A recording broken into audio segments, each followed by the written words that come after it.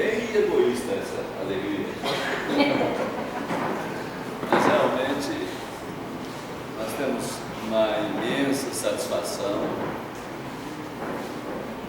em conversar a respeito do Evangelho, e quando encontramos assim um pouco tão simpático, tão acolhedor, a gente se sente bem à vontade para isso.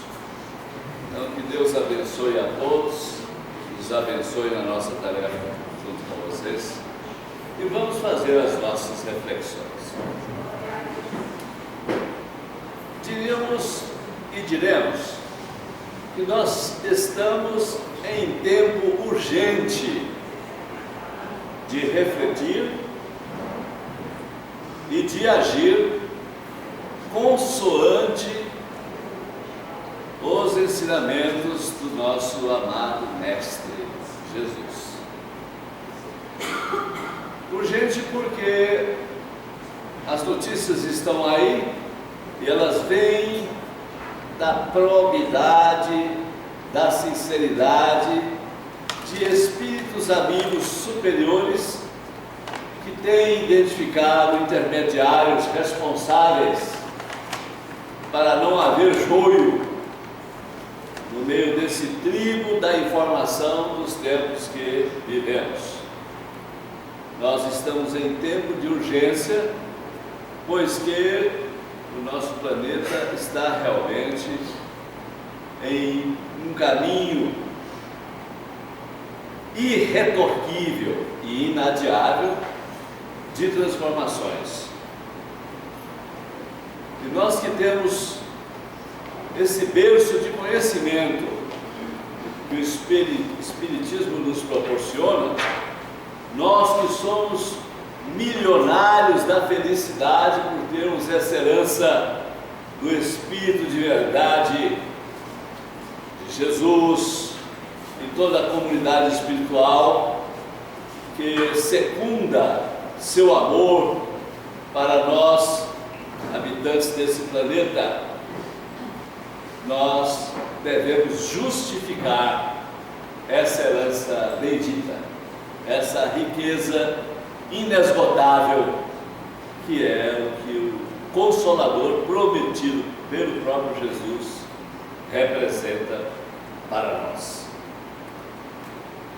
Nós temos enfatizado ao longo dos nossos encontros a respeito do fato verídico, realmente verídico, de que Jesus já era Cristo quando, atendendo à demanda do Criador, criou com o próprio Criador o nosso orbe. Ele já era Cristo, ele que começou o seu caminho evolutivo, como normalmente todo espírito, quando encontra a condição de pensamento contínuo e recebe o dom do livre-arbítrio, começa seus passos.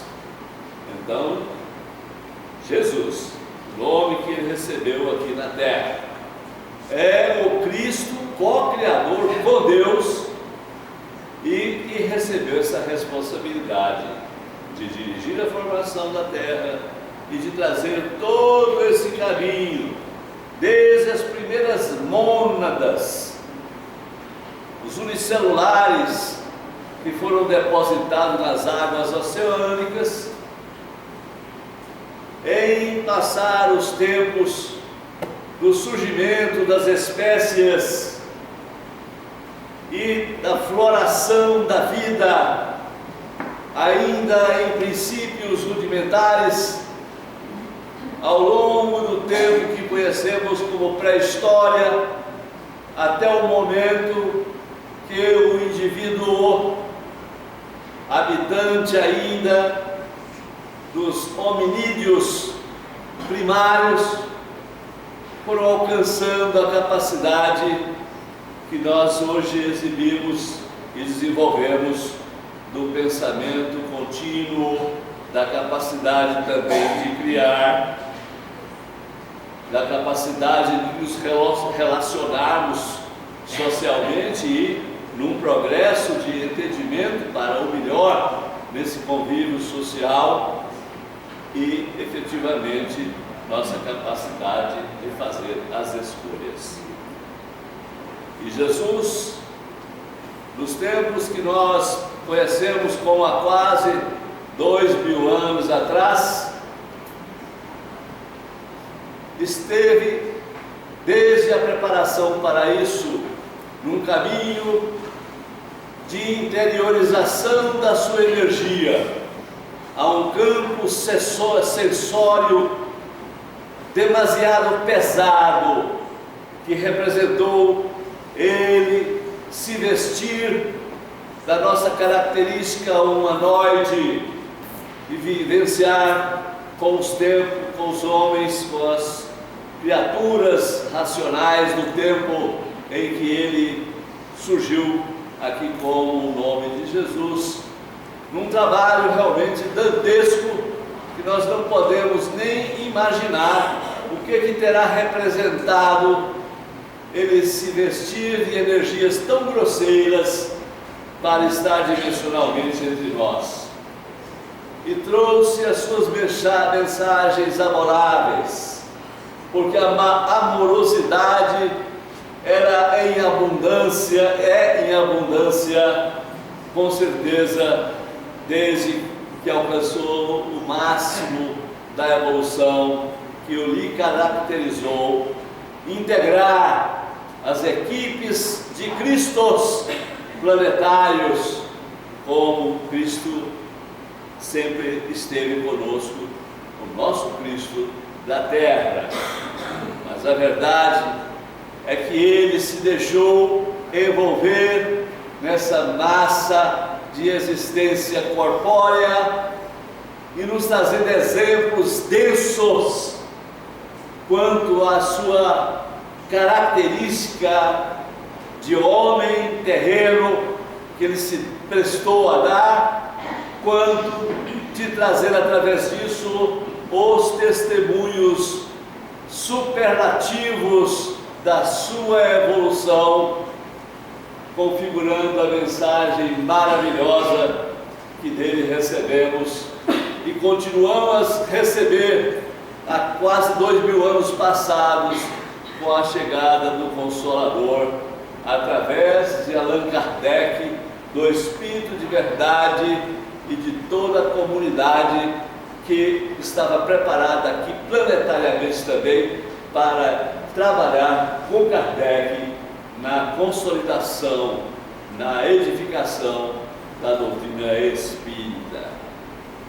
A doutrina espírita é realmente ciência, filosofia, e por ser ciência, ela deixa de ter uma característica que possamos chamar de religião, porque religiões, como nós conhecemos na Terra, trazem rituais, trazem fé cega, e o Espiritismo é doutrina libertadora, mas tem o seu tripé religioso, tem a sua base do tripé, que é ciência e filosofia, e pela filosofia traz religiosidade, porque nos traz todos os recursos indispensáveis a que nós nos desloquemos desse trivial, humano, egoísta, individualista, ambicioso, para a nossa libertação dos rumos da real fraternidade e do amor. E é aí que remontamos as suas prédicas maravilhosas, que realmente se coroaram quando no Sermão do Monte ele nos trouxe as noções, a sabedoria, na verdade, daquilo que representou para Gandhi afirmar que se perdessem todas as anotações daquilo que representa os caminhos da maioridade espiritual, mas que se preservasse o Sermão do Monte, toda a verdade que Cristo trouxe não estaria perdida. E é assim que eu não consegui desligar esse danado aqui. Deixa eu consegue se virar, piando aí, atrapalhando a gente. É aí que vamos remontar então, lembrando Jesus quando, nesse momento do monte, dissera: bem-aventurados os pobres. Normalmente ouvimos aí falar os pobres de espírito. Não foi bem isso que disse o Cristo. Os pobres pelo espírito, porque eles gozarão dos céus. E o que significa isso para nós, seu entendimento? Assim, apalpadamente, porque eu não tenho os recursos de um grande conhecedor para desenvolver muito em torno dos conceitos da sabedoria de Cristo. Mas somos pobres pelo Espírito quando nós nos adequamos à real humildade, à real sinceridade, à nossa capacidade de desenvolver nossa amorosidade, e quando nos despimos das situações que nos fazem mais humanos, como os humanos de antigamente, que lutavam as armas até pela comida e que hoje lutam pela ambição de domínio e de estabelecer a primazia em relação às demais pessoas. Os pobres pelo Espírito são simples, são humildes, trazem isso como a sua ordem interior, sua ordem íntima de conduta e de vivência. E ele disse mais: bem-aventurados os que choram, porque serão consolados.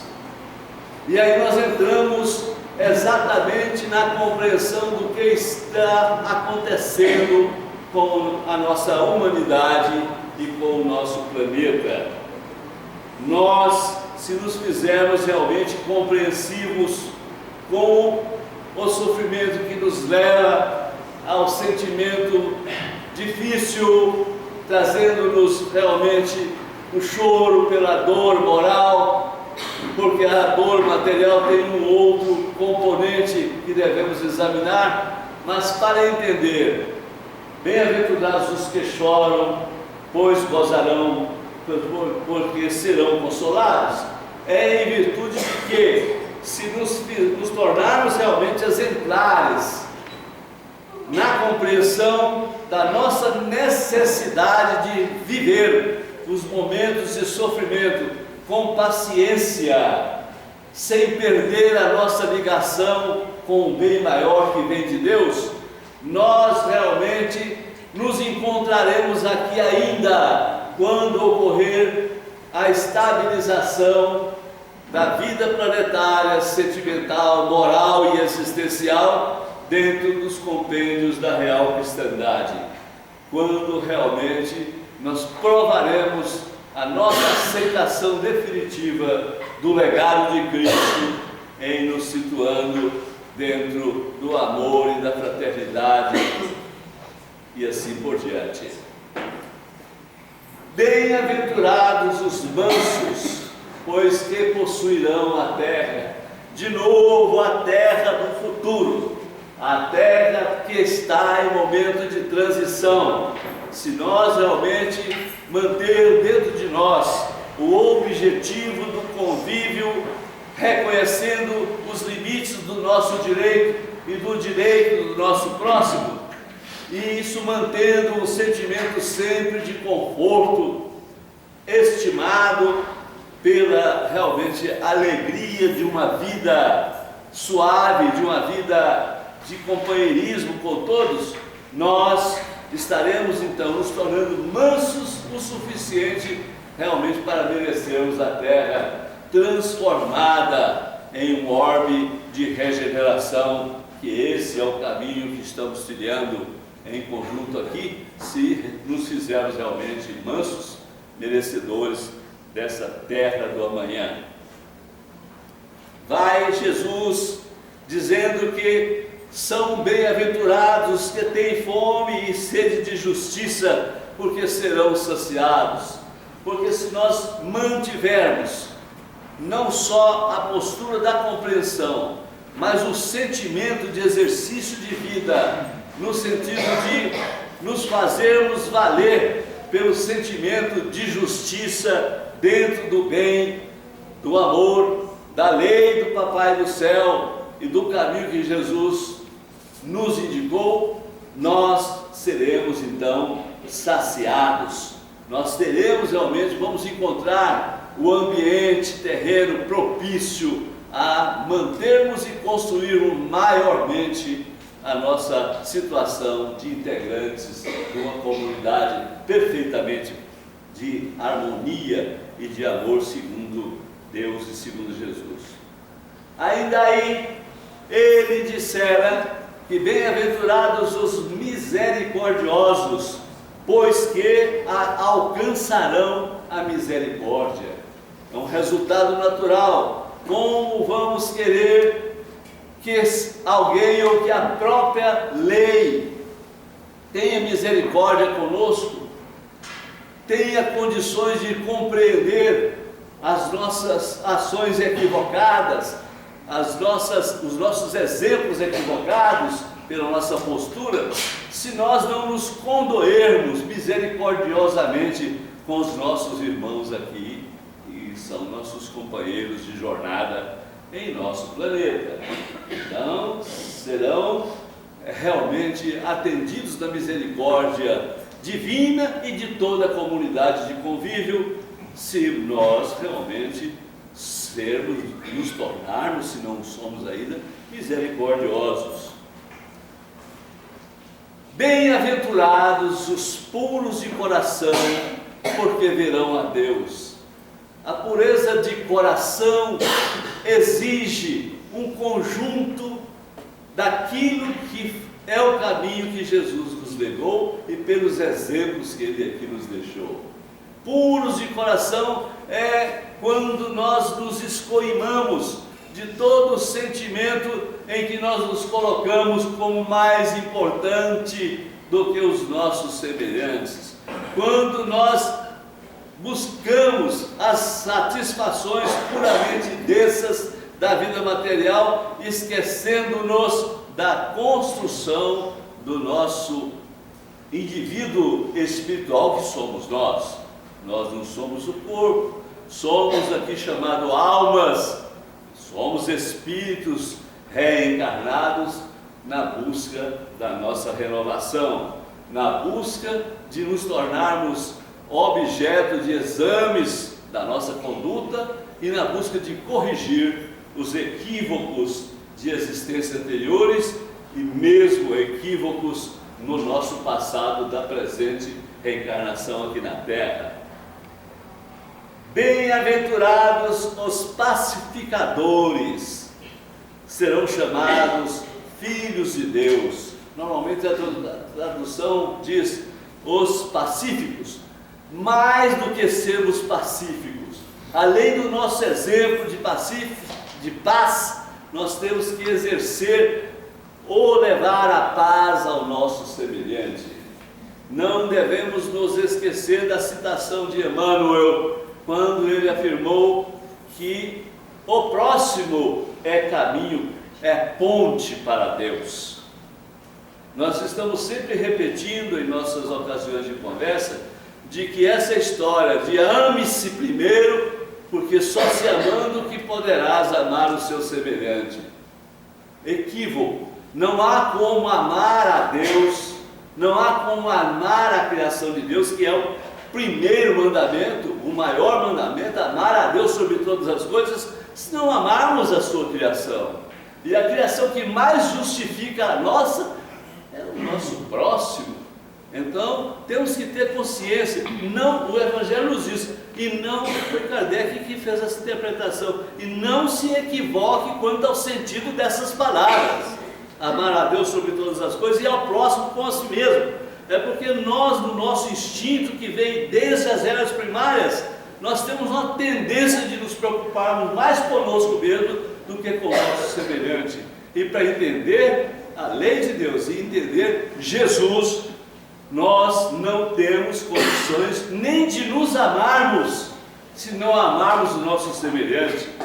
Temos visto muita, assim, eloquentemente a conceituação de que a lei de retorno, nós, como jogamos a bola na parede, ela retorna a nós. Assim é o bem. Quando a gente faz o bem, nós recebemos o bem, em consequência da própria lei. Se nós deixamos de fazer valer a lei do amor ao nosso semelhante, nós não estaremos amando a Deus. Se nós priorizarmos a nós mesmos, não estaremos amando nem a nós mesmos. Joana de Ângeles, numa mensagem através do Divaldo, afirmou que a melhor maneira de nós nos amarmos é nos fazermos melhores para o nosso próximo, porque realmente é isso. Nós temos que dar o nosso testemunho do amor de Cristo, como Ele, que a grande preocupação dele é fazer a renovação dentro de cada um dos seus irmãos menores, que constituímos aí a humanidade. Finalmente, ele nos traz: bem-aventurados vós, porque são caluniados, e se disserem falsamente acima de tudo o mal como predominância nossa, por causa da nossa crença no próprio Cristo e em Deus.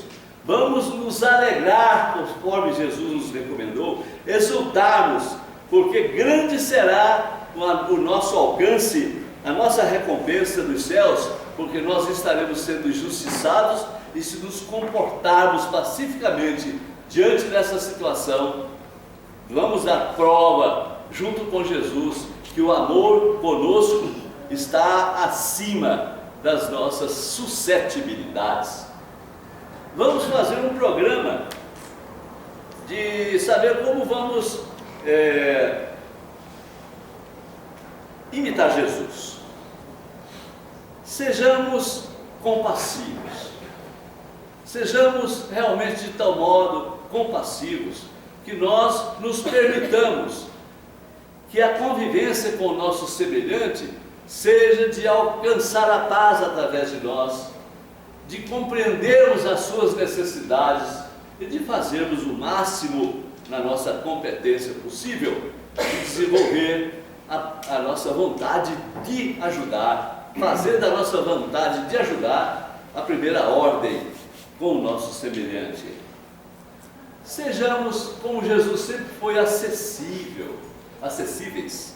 Nós sejamos acessíveis como Jesus se testemunhou dessa qualidade. Ele não impedia ninguém de se aproximar dele. Ele não se julgava por ser o que ele se reconhecia ser, privilegiado de se manter à distância dos seus semelhantes, aqui os seus irmãos da terra.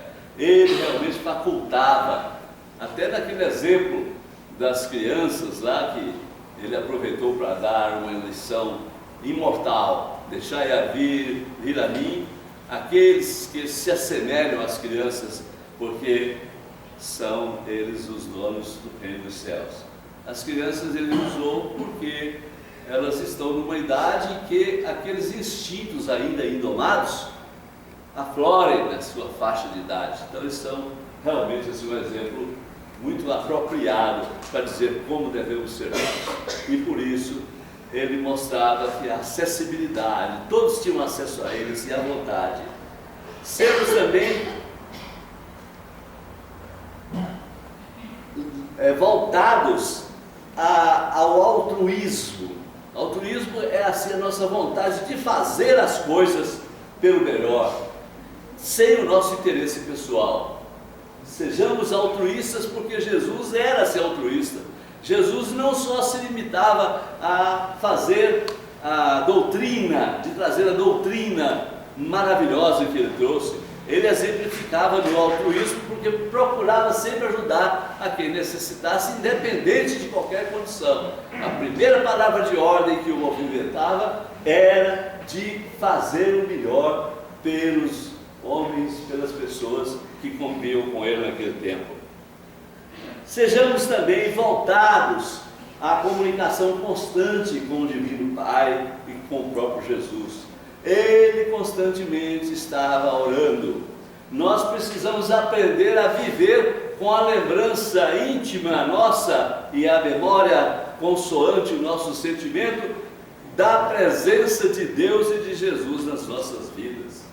E não nos enganemos quanto a Jesus nas nossas vidas. Quando nós buscamos Jesus em nossas orações, não pense que a coisa é só assim, não. Vai lá, você de consolador em meu nome, e ajuda lá e cá. Jesus está com toda a humanidade o tempo todo. Ele é o nosso mestre, é o nosso caminho, é o nosso provedor, no sentido de que nos tornemos dignos de sermos chamados filhos de Deus. Também busquemos aquilo que Jesus nos ensinou quanto ao zelo com as coisas a que nos dedicamos.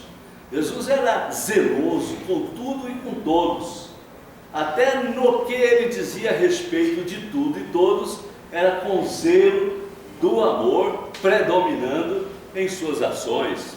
Também perdoar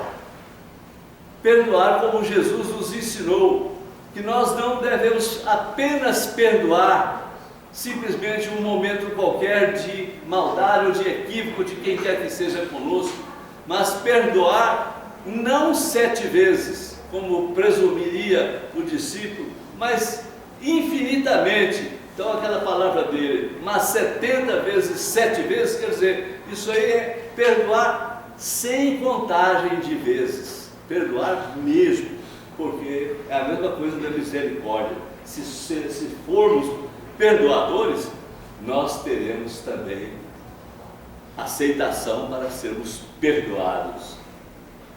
Humildade, sejamos realmente humildes. Jesus foi realmente o maior exemplo de humildade. Veja você como ele se deixou levar pela turba incompreendida, a turba incompreensiva que o levou até ao sacrifício para exemplificar por nós qual o caminho, a importância da humildade, a importância de nos revelarmos como sabendo que mais importante do que nós é aquilo que Deus nos lega, e Deus nos lega o cuidado para com o nosso irmão no caminho da fraternidade. E sermos pacientes durante a nossa jornada na terra. Não nos deixemos levar pelas alterações desequilibradas em vista das dificuldades que enfrentamos. Saibamos esperar. Continuemos a nossa luta, a nossa fibra na busca de nos dominar, de nos conhecer e de sermos companheiros dos nossos semelhantes, com paciência diante das dificuldades, porque Jesus foi o exemplo da pura paciência. Ele não se irritava com as perguntas dos seus discípulos, aquelas perguntas assim, de pouca sabedoria. Ele buscava ensinar quantas vezes fosse necessário, ele repetia para o entendimento daqueles que o cercavam, com extrema paciência. Sejamos assim então, com Deus e com Jesus, e homenageando de alguma forma ao próprio Cristo, lembrando aquela que é também legatária. De repente, esse tempo sempre. Aquela que foi o veículo do nascimento de Jesus entre nós, Maria de Nazaré, foi um exemplo de vida, porque era também, é até hoje, o iluminado ser, em cujas postes o nosso Bezerra de Menezes continua cooperando pelo bem da humanidade com ela, né? Ave Maria, cheia de graça, o Senhor é convosco, e bendita sois entre as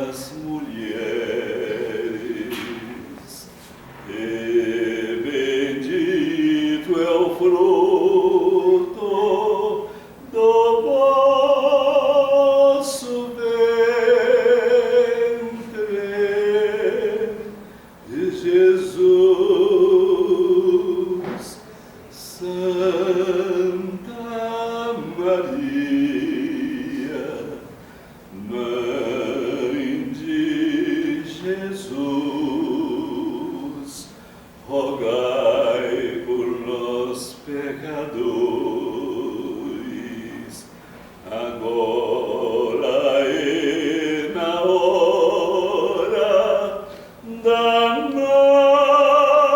nossa morte.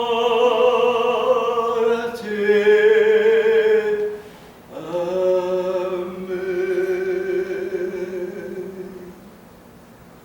Obrigado. Deus seja bendito.